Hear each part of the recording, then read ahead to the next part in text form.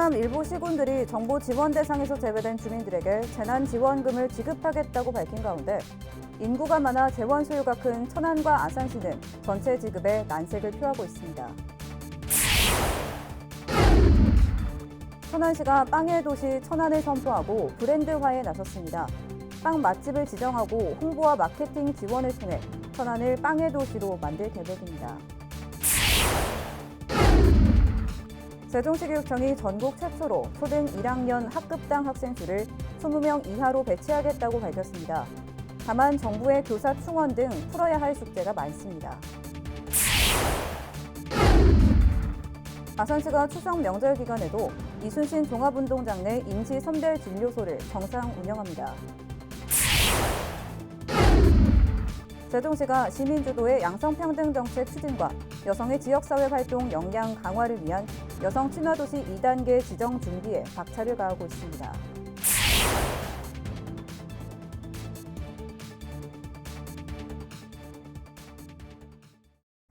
시청자 여러분 안녕하십니까? BTV 뉴스 특보입니다. 충남 일부 시군들이 정부 지원 대상에서 제외된 주민들에게 재난지원금을 지급하겠다고 밝혔는데요. 반면 인구가 많아 재원 소유가 큰 천안과 아산의 경우는 전체 지급에 난색을 표하고 있습니다. 보도에 김장섭 기자입니다. 천안 시민 65만 명 가운데 상생 국민지원금 정부 지원 대상에서 제외된 시민은 약 15%, 9만여 명이 넘습니다. 추가적으로 지원하려면 약 250억 원이 필요합니다. 코로나19 등으로 이미 재원 소비가 많이 된 상황에서 재정 부담이 클 수밖에 없습니다.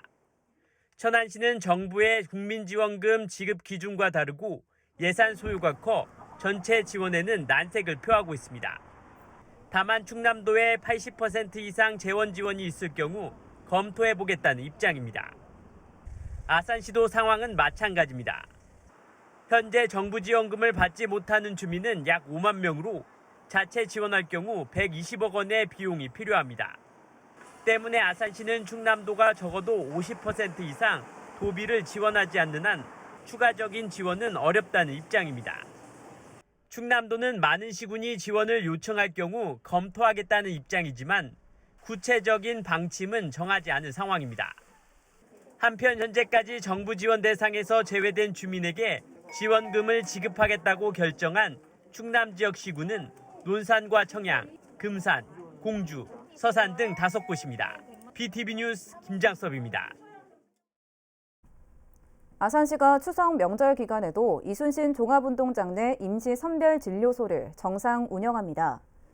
검사는 시민은 물론 타 지역 거주자, 외국인 등 증상 유무나 역학적 연관성 등이 관계없이 누구나 받을 수 있습니다. 운영 시간은 오전 9시부터 오후 4시 30분까지며 점심시간인 낮 12시부터 오후 1시까지는 운영되지 않습니다. 천안시는 추석 연휴 기간 특별 방역 대책의 하나로 중앙시장에 찾아가는 이동 선별 진료소를 운영합니다. 검사소는 오는 17일과 18일 이틀 동안 오전 9시부터 오후 6시까지 누구나 무료로 이용할 수 있습니다. 이 밖에도 오는 19일부터 22일까지는 코로나19 장기화로 인한 우울감 해소를 위해 시청 봉서울 앞에서 심리 방역 프로그램도 진행합니다.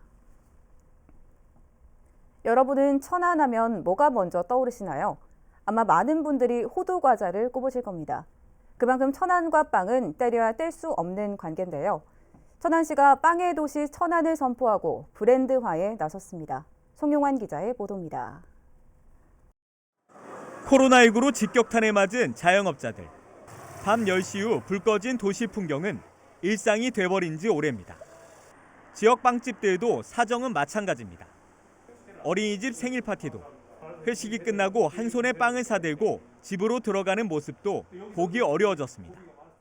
집에 가면서 이렇게 들렸다 가는 그런 문화가 손님들이 다 끊겼고요. 적지 않게 이렇게 오는 주문들 이제 다 끊겼고요. 그다음에 이제 회식 문화랄지 어린이집 생일 파티 뭐 이런 게 없어져서 이런저런 이렇게 이유로 해가지고 많이 어렵습니다. 이런 가운데 천안시가 빵의 도시 천안을 브랜드화하기 위해 시동을 걸었습니다. 사실 천안은 유명 빵집이 있는 것으로 알려진 대전이나 군산보다 빵의 역사가 깊습니다. 1934년부터 시작된 천안 호두과자는 밀가루에 호두를 넣어 구운 전형적인 빵입니다. 시는 먼저 지역 빵집 14곳을 맛집으로 지정했습니다.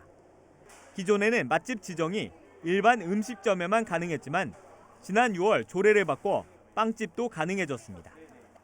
맛집으로 선정된 곳에는 표지판 부착과 위생용품 지원, 상수도 요금 감면 등의 혜택이 부여됩니다. 특히 동네 빵집의 약점인 홍보와 마케팅도 적극 지원할 계획입니다. 그동안 동네 빵집들이 소셜 미디어에서 인기를 끌었음에도 불구하고 홍보나 마케팅 부족으로 제대로 된 평가를 받지 못해왔습니다. 그래서 시에서는 동네의 우수한 빵집들을 적극적으로 홍보하고 육성해서 도시 브랜드를 좀 구축하고 지역 경제 활성화에도 저희 힘쓰려고 하고 있습니다. 이 밖에도 빵 맛집을 순회하는 빵지순례 프로그램을 기획하고 매년 10월 11일 빵빵데이로 지정해 저렴한 값에 맛있는 빵을 맛볼 수 있게 할 계획입니다. BTV 뉴스 송용환입니다. 아산시가 오는 24일까지 사전 심사가 완료된 주민 제한 사업 18개를 대상으로 주민 투표를 실시합니다. 제한된 사업은 그늘막 설치 확대를 비롯해 신정호 안전장비 구축, 고교천 자전거도로 개선 등 모두 18개입니다. 투표 대상은 아산 시민으로 아산시 누리집을 통해 할 수 있으며 한 사람당 2개까지 투표할 수 있습니다. 얼마 전 세종시교육청이 정부의 교사 정원 감축 정책에 대한 반대 입장을 전하면서 질 높은 교육 환경을 제공하기 위해 자체적으로라도 실현 가능한 방안을 찾겠다고 밝혔는데요. 2주 만에 그 구체적인 대안이 제시됐습니다. 김우순 기자의 보도입니다. 세종교육청이 내놓은 핵심 대안은 단계적으로 학급당 학생 수를 줄여나가겠다는 겁니다. 이를 위한 시작으로 내년부터 세종시에 있는 52개 모든 초등학교에 1학년 학급당 학생 수를 20명으로 배치하겠다고 밝혔습니다. 전국 광역시도 교육청 가운데 최초입니다. 세종교육에서 한 학급당 20명 학생이 실현 가능한 정책이고 또 효과가 매우 큰 정책이라는 점을 먼저 실행을 통해서 국민들께 보여주고자 하는 것입니다. 관건은 교실과 교사 수가 뒷받침될 수 있느냐는 겁니다. 현재 세종교육청의 초등학생 배치 기준은 동지역 25명, 읍지역 22명, 면지역 20명입니다. 동과 읍지역의 초등 1학년 학급당 학생 수를 20명 이하로 조정하려면 모두 53학급이 추가로 필요하고 그만큼 담임교사가 있어야 합니다. 이에 대해 교육청은 학교마다 쓰지 않는 교실을 활용해 학급을 최대한 확보하고 교과 전담교사를 학급 담임으로 전환하는 방법으로 교사를 배치하겠다고 밝혔습니다. 하지만 일부 과대학교의 경우 아직까지 뾰족한 대안을 찾지 못한 상태입니다. 2개 학교에 1학년을 할 때 4개 학급 정도가 지금 현재로서는 유휴교실이나 이걸 활용하기가 좀 어려운 형편입니다. 그 학급은 어떻게 해야 할지를 지금 학교와 긴밀하게 더 좋은 방안을 찾기 위해서 애쓰고 있다는 말씀을 드리고요. 교육청은 내년 초등 1학년을 시작으로 학급당 학생 수 20명 시대 첫 발을 떼고 2023년엔 2학년까지 확대 운영한다는 방침입니다. 하지만 일부에선 정부의 교사 충원 계획 없인 이러한 교육청 차원의 학급당 학생 수 줄이기 정책은 아랫돌 빼서 윗돌 개는 식의 미봉책에 불과하다는 지적도 나오고 있습니다. BTV 뉴스 김우순입니다. 추석 명절을 앞두고 세종시의 코로나19 확진자 수가 급증해 방역당국이 긴장하고 있습니다. 세종시에 따르면 14일 자정을 기준으로 코로나19 확진자 21명이 추가로 발생해 현재까지 누적 확진자는 모두 1,091명으로 늘었습니다. 특히 9월 들어 하루 첫 두 자릿수 확진이라는 점에서 추가 확산에 대한 우려가 높은 상황입니다.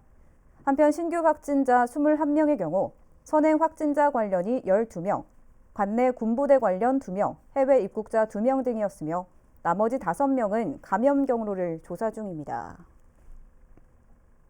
코로나19 예방 백신 접종 완료자는 앞으로 국립세종수목원 관람 시 사계절 전시 온시실 이용 인원 제한에서 제외돼 별도의 사전 예약 없이 관람이 가능합니다. 세종수목원은 새로운 사회적 거리두기 단계 적용에 따라 백신 접종 완료자에게 이러한 인센티브를 제공한다고 밝혔습니다.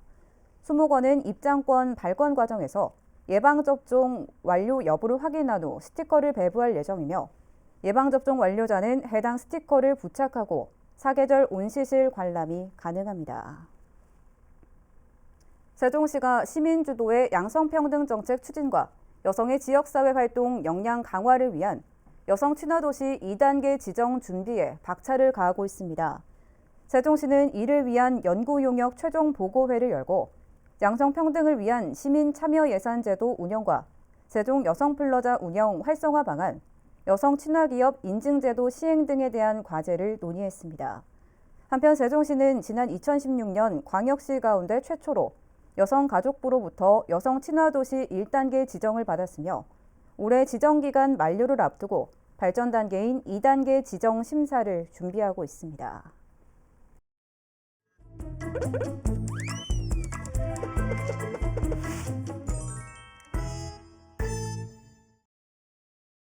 민원 톡톡톡 시간입니다.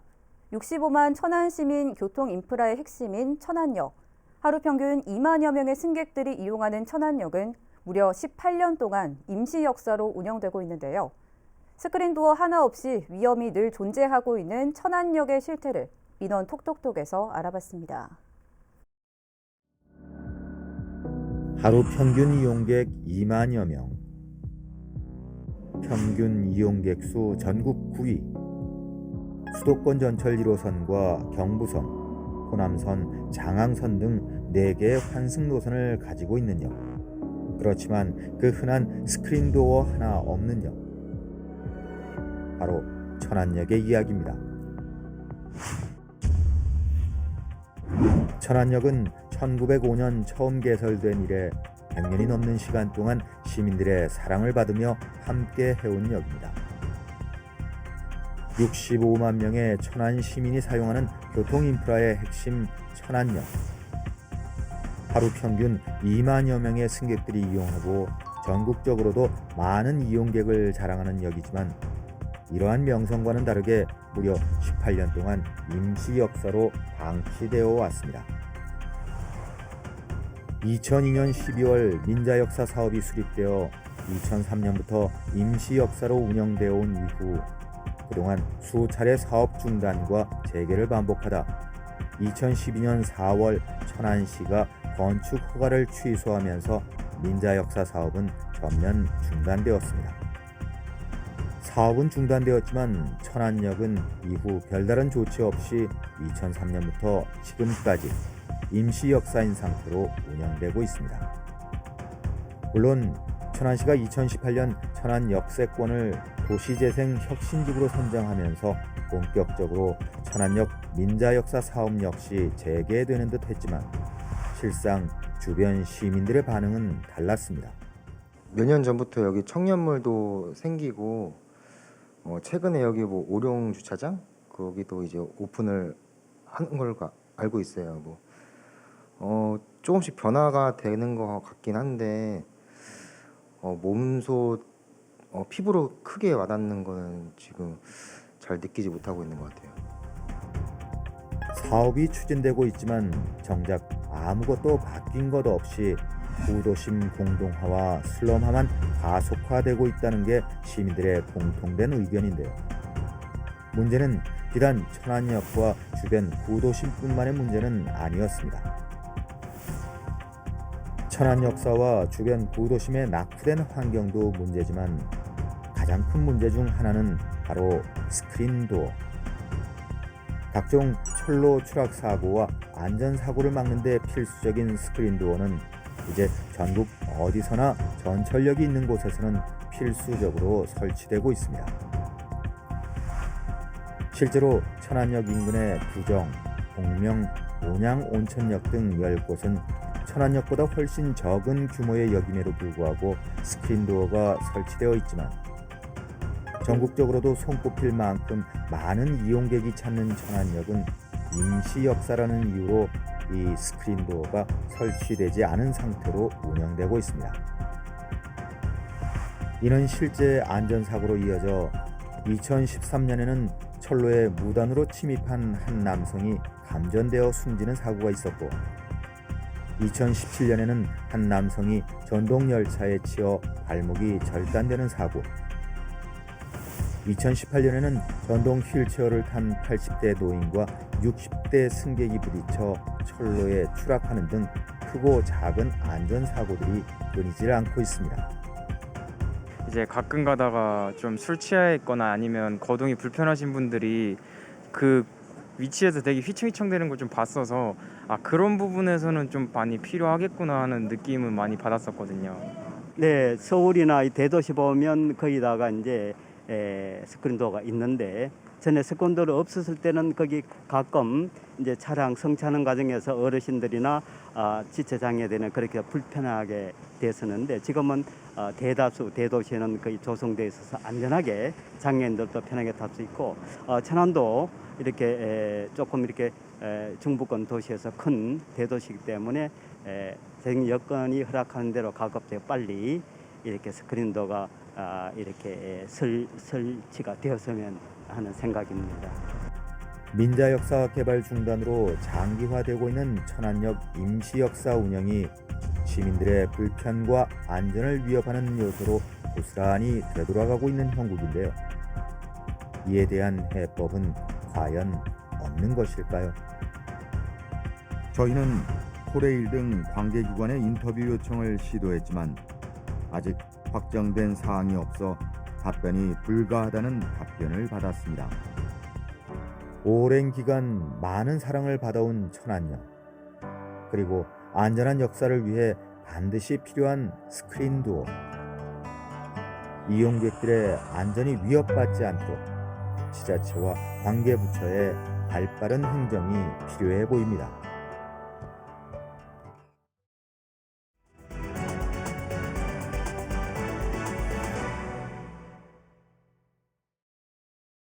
지난 2012년부터 지난해까지 화재로 인한 사망자의 약 46%가 주택 화재로 인해 발생한 것으로 나타났습니다. 주택 화재로 인한 피해를 줄이기 위해서 주택용 소방시설을 반드시 설치하셔야겠습니다. 보도에 김장섭 기자입니다. 주택에 설치된 단독 경보형 감지기입니다. 화재가 발생했을 때 연기를 감지해 경보음을 울려 신속히 대피하도록 도와주는 장치입니다. 소화기 역시 초기 화재를 진압하는 데 큰 도움이 됩니다. 실제로 주택용 소방시설 설치로 인해 인명피해와 큰 재산 피해로 이어지는 것을 막는 데 도움이 된 사례도 적지 않습니다. 소화기와 단독 경보음 감지기로 인해서 화재 피해를 막은 사례가 있습니다. 잠을 자던 중에 새벽에 화재가 발생하여 경보기가 울려서 화재를 인지하고 소화기를 자체 진화한 상황입니다. 소방청 통계에 따르면 지난 2012년부터 작년까지 발생한 화재로 인한 사망자 중 약 46%가 주택 화재로 인해 발생하고 있는 상황. 현재 아파트와 빌라, 단독주택 등 모든 주택에 주택용 소방시설 설치는 의무입니다. 천안 서북소방서의 경우에는 지난해까지 화재 취약계층 2만 2천여 가구 약 74%의 무료 설치를 완료한 상태로 올해도 2,490가구에 추가 보급을 실시할 계획입니다. 화재로 인한 사망자 중 46%가 주택에서 발생하고 있습니다. 화재 발생 시 많은 사망자를 발생시키는 주택 화재 피해를 최소화하기 위해 주택용 소방시설 설치가 무엇보다 중요합니다. 그리고 2012년 2월 5일부터 모든 주택에 소화기와 감지기를 의무적으로 설치하도록 법령이 개정되었습니다. 일반 가구의 경우 대형마트나 인터넷으로 주택용 소방시설을 구매할 수 있으며 관련 문의는 가까운 소방서로 하면 됩니다. 언제라도 발생할 수 있는 주택 화재, 주택용 소방시설 설치가 피해를 막을 수 있습니다. BTV 뉴스 김장섭입니다. 가계 빚이 늘고 집값이 천정부지로 치솟자 정부가 주택담보대출 규제를 대폭 강화했는데요. 그러자 신규 아파트 물량이 많은 세종시에서도 입주를 앞두고 잔금 대출이 막혀 발을 동동 구르는 사례가 발생하고 있습니다. 김우순 기자의 보도입니다. 지난주 금요일 이른 아침 세종시의 한 은행 앞 광경입니다. 고객들이 대출을 받기 위해 밤을 새서 줄을 서는 진풍경이 벌어졌습니다. 이달 말 아파트 입주를 앞두고 대출이 급속도로 규제되자 이에 불안함을 느낀 입주자들이 전날부터 은행 앞에서 밤을 샌 겁니다. 하지만 이곳 은행도 예정된 대출액이 30분 만에 모두 소진됐고 일부 입주자들은 결국 이금융권으로 발걸음을 옮겨야만 했습니다. 이금융권 은행 6개 은행을 당초에 섭외를 했었는데요. 대출이 불가하다고 통보 온 곳이 5곳 정도 되고요. 일단 1금융권은 사실상 다 막혔다고 보시면 되겠고요. 그래서 2금융권을 알아보고 있는데 아시다시피 대출 한도라든지 그다음에 옵션 이런 부분들이 이제 조금 떨어지는 부분들이 있고 정부가 가계 부채 증가를 억제하기 위한 강도 높은 규제에 나섰고 이에 시중은행들이 금리 인상과 신규 주택담보대출 중단 등의 후속 조치를 취하면서 벌어진 일입니다. 세종시의 경우 이달 말 나성동에 771세대를 시작으로 연말까지 5천여 세대에 이르는 신규 아파트 입주가 예정돼 있어 지금과 같은 규제가 계속된다면 잔금 대출 대란은 당분간 이어질 것으로 우려됩니다. 잔금 대출의 규제까지 되다 보니까 선별적으로 좀 그런 부분들은 좀 제외하고 대출 규제가 들어가야 되는데 그냥 잔금 대출까지 다 싸잡아서 규제를 해버리니까 굉장히 좀 힘든 거죠, 입주자들은. 정부의 대출 규제 강화에 따른 후폭풍이 신규 아파트 입주가 많은 세종시로까지 번지고 있습니다. BTV 뉴스 김우순입니다.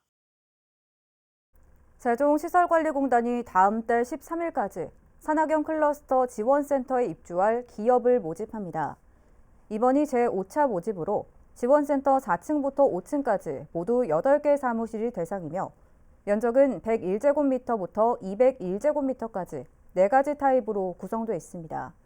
한편 현재 지원센터에는 앞선 4차에 걸친 공모를 통해 카이스트 바이오 합성 연구단 등 모두 24개 기업이 입주해 있는 상태입니다. 아산 지역 청년들의 취창업 지원 및 문화 소통의 플랫폼이 될 청년아지트 나와유 배방점이 문을 열었습니다. 배방월천 도시개발사업지구에 조성된 청년아지트 배방점은 청년들의 취창업을 지원하기 위한 스터디 카페, 공유 오피스, 프로그램실 뿐만 아니라 청년 복지 향상을 위한 심리상담실, 미니 영화관, 베이커리 공방 등 청년들의 문화, 여가, 휴식 공간이 마련돼 있습니다. 청년아지트 운영 시간은 평일 오전 9시부터 오후 9시까지, 토요일 오전 9시부터 오후 6시까지며 만 18세 이상 39세 미만 청년이라면 누구나 자유롭게 이용 가능합니다.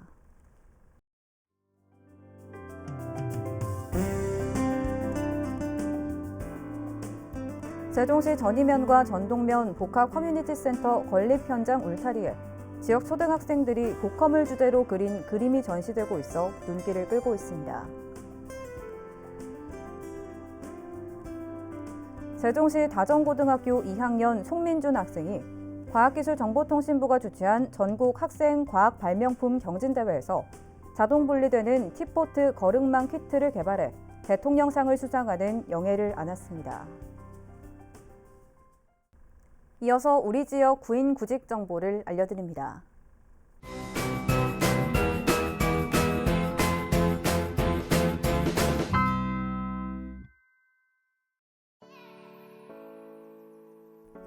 주식회사 동서산업로에서 제품 납품 및 관리 업무를 담당할 직원 1명을 채용합니다. 팩스 또는 이메일로 지원 가능하며 문의사항은 041-552-0907번을 통해 안내받을 수 있습니다.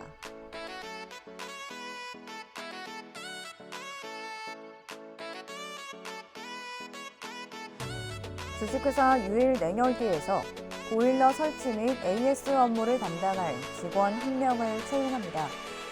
직접 방문하거나 이메일로 지원 가능하며 문의사항은 041-577-3651번을 통해 안내받을 수 있습니다. 이상으로 BTV 뉴스 특보를 마칩니다. 시청해주신 여러분 고맙습니다.